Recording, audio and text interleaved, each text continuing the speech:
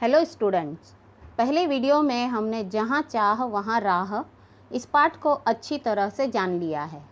अब इसी पाठ के कृति युक्त प्रश्नों पर ध्यान दीजिए।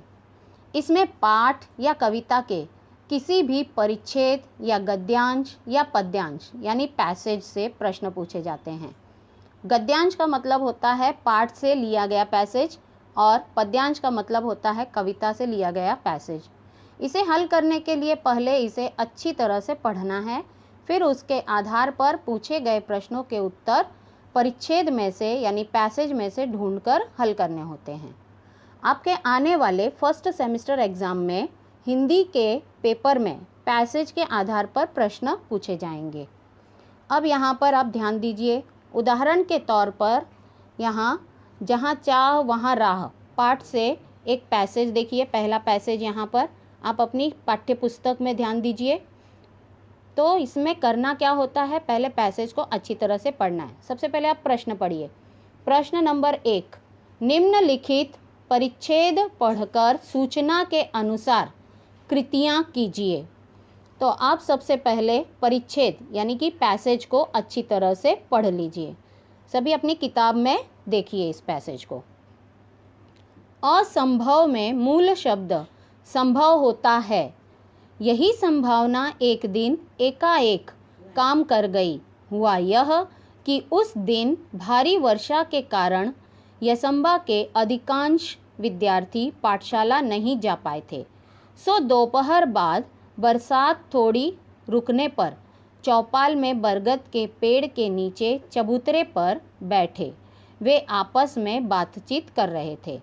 तभी तुषार ने कहा, अरे इस बरगद के पेड़ में भूत है, यहाँ क्यों बैठे हो?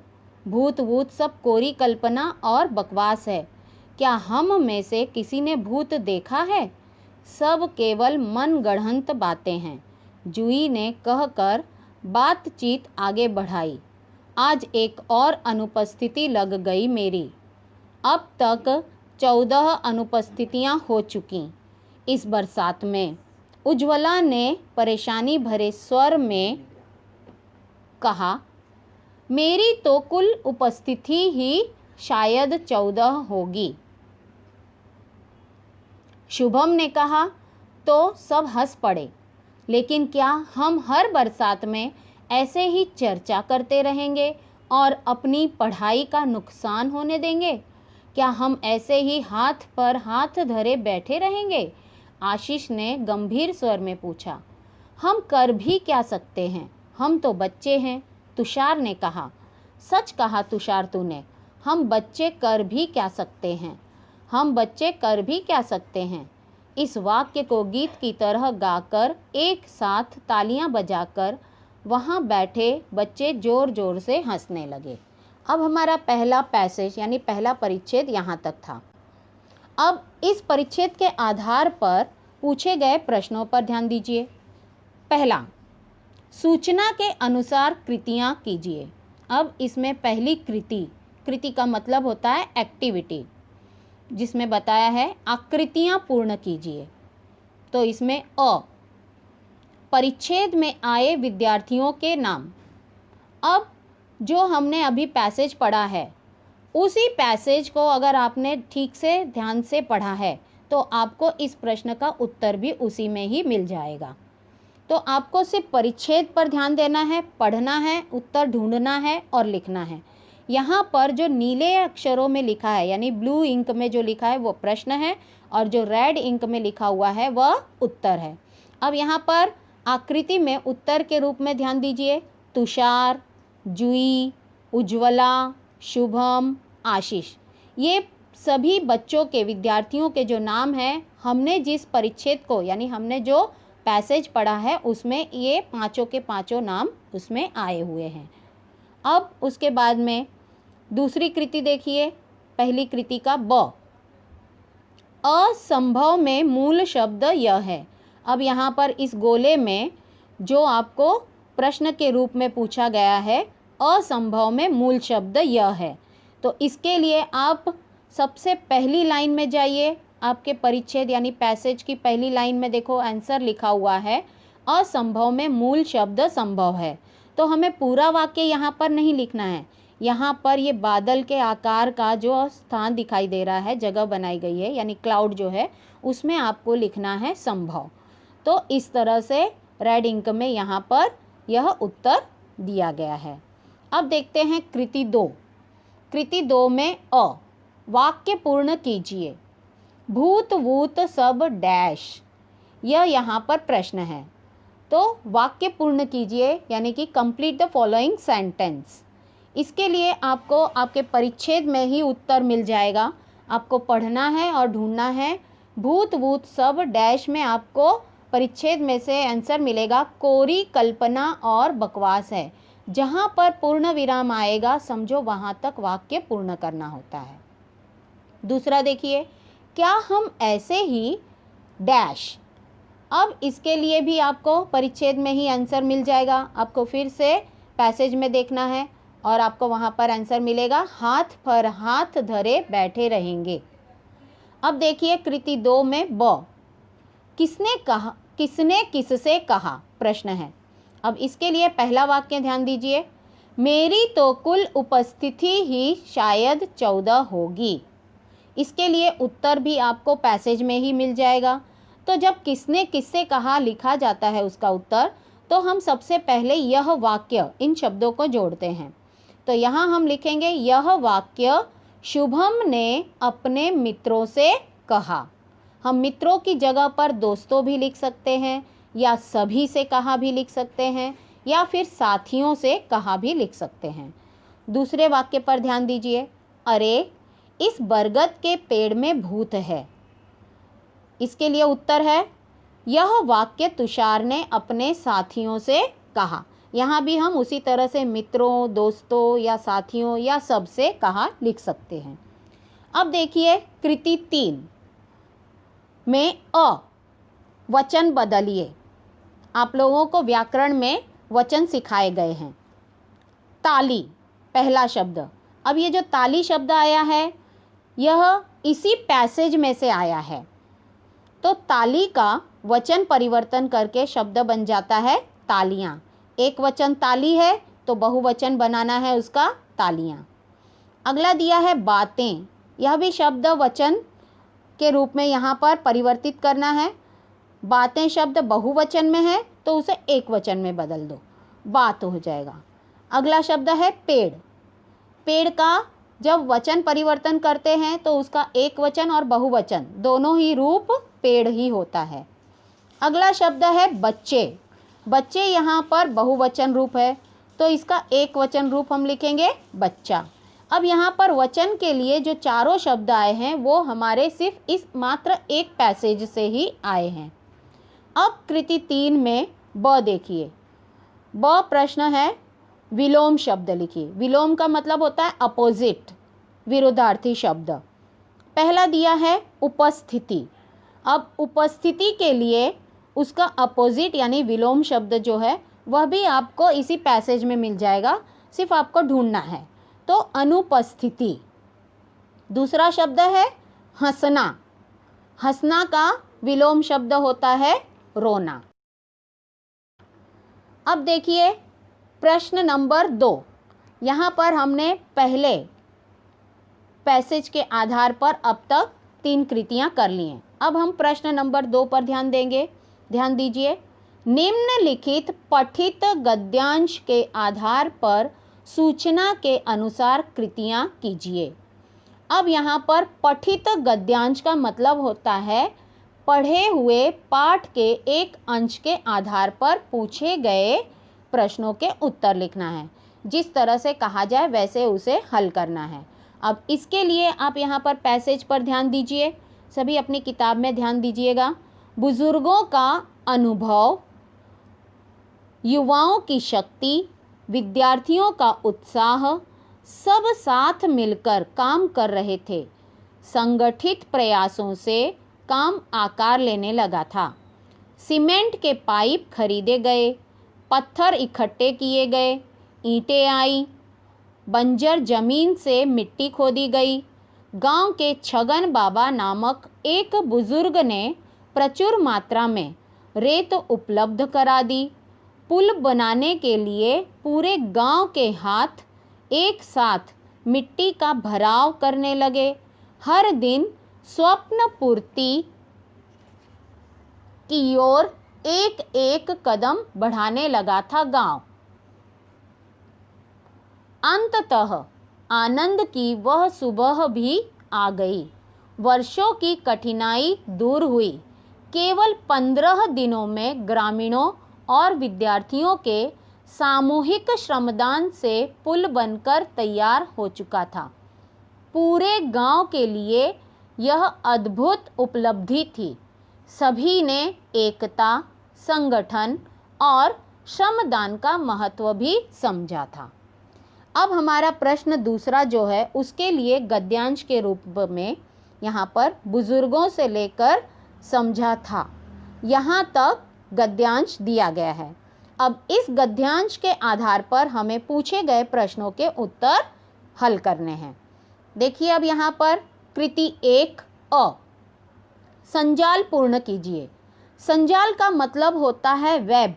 जिस तरह से मकड़ी का जाल होता है उसी प्रकार से यहाँ पर शब्दों का जाल है, उसी को कहा जाता है संजाल। तो अब यहाँ पर वही बात ध्यान में रखनी है आपको कि ब्लू इंक में क्वेश्चंस हैं और रेड इंक में आंसर्स हैं। तो ध्यान दीजिए, क्वेश्चन के रूप में पुल बनाने की सामग्री, ये जो ओवल शेप दिखाई दे रहा है इसमें लिखा हुआ शब्द जो है वह प्रश्न के रूप में है। अब पुल बनाने के लिए सामग्री, कौन कौन सी सामग्री आई थी, यह अब हमें पैसेज में ही मिल जाएगा। तो हमें पूरा वाक्य नहीं लिखना है, सिर्फ सामग्री का नाम लिखना है। तो उसके लिए उत्तर हमें यहाँ पर पैसेज में से मिलते हैं। सीमेंट के पाइप, पत्थर, ईंटें, मिट्टी और रेत। इस तरह से यह हमारी कृति 1 का अ में संजाल पूर्ण हो जाता है। अब देखते हैं कृति 1 में ब, आकृति पूर्ण कीजिए। अब इसमें जो क्लाउड नज़र आ रहा है आपको बादल में, यहाँ पर प्रश्न है, सभी ने इसका महत्व समझा। अब सभी ने किसका महत्व समझा, इसका उत्तर जानने के लिए आपको फिर से पैसेज में ढूंढना है। अब पैसेज में से ढूंढकर उत्तर लिखने में आपकी बहुत ज़्यादा मदद हो जाती है। एक तो आपकी मात्राएं गलत नहीं होती हैं और आंसर आपको कॉपी करके लिखना होता है। इस बात का ख्याल रखना कि आप जब आंसर कॉपी करके लिख रहे हैं तो मात्राएं बिल्कुल भी आपकी कहीं भी गलत न होने पाएँ। तो देखो, सभी ने इसका महत्व समझा, इसके उत्तर के रूप में किसका महत्व समझा, एकता और श्रमदान। इस तरह से हमारी यह आकृति पूर्ण हो जाती है।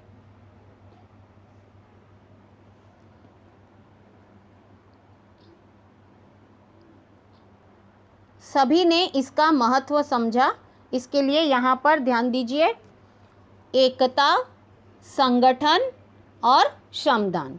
इस तरह से ये 3 शब्द के रूप में यहाँ पर हमें इसका उत्तर मिल गया है।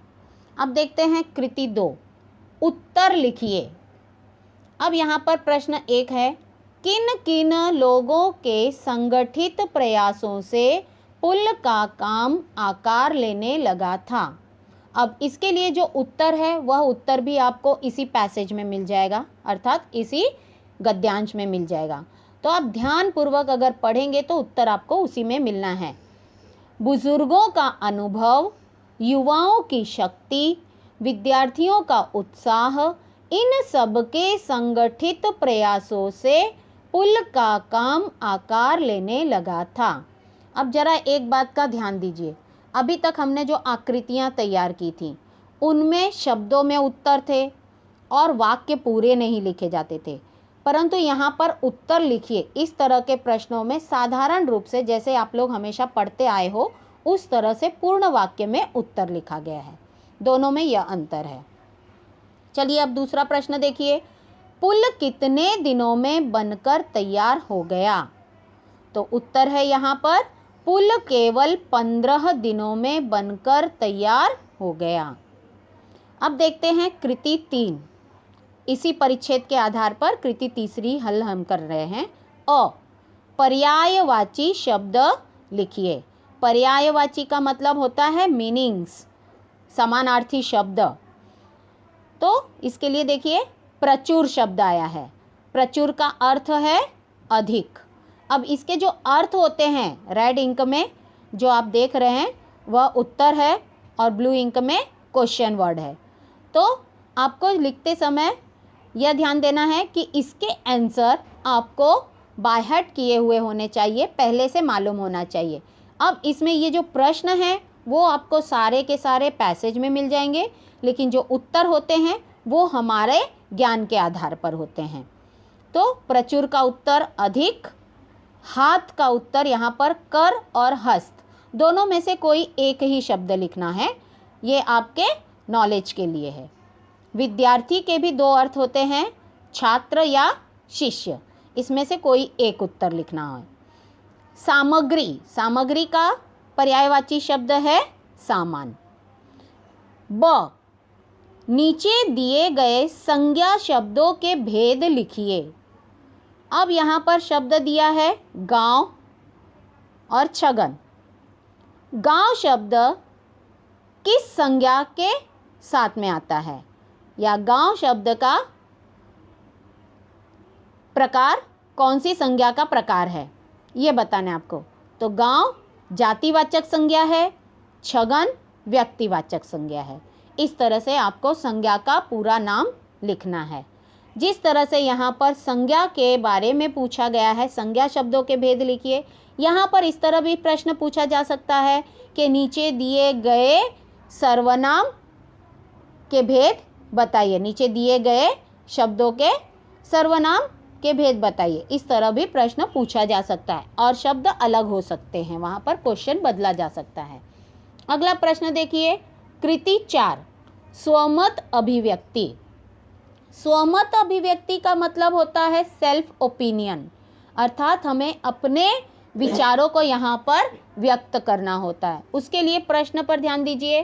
गाँवों में कभी कभी बरसात अभिशाप बन जाती है, इस तथ्य पर अपने विचार लिखिए।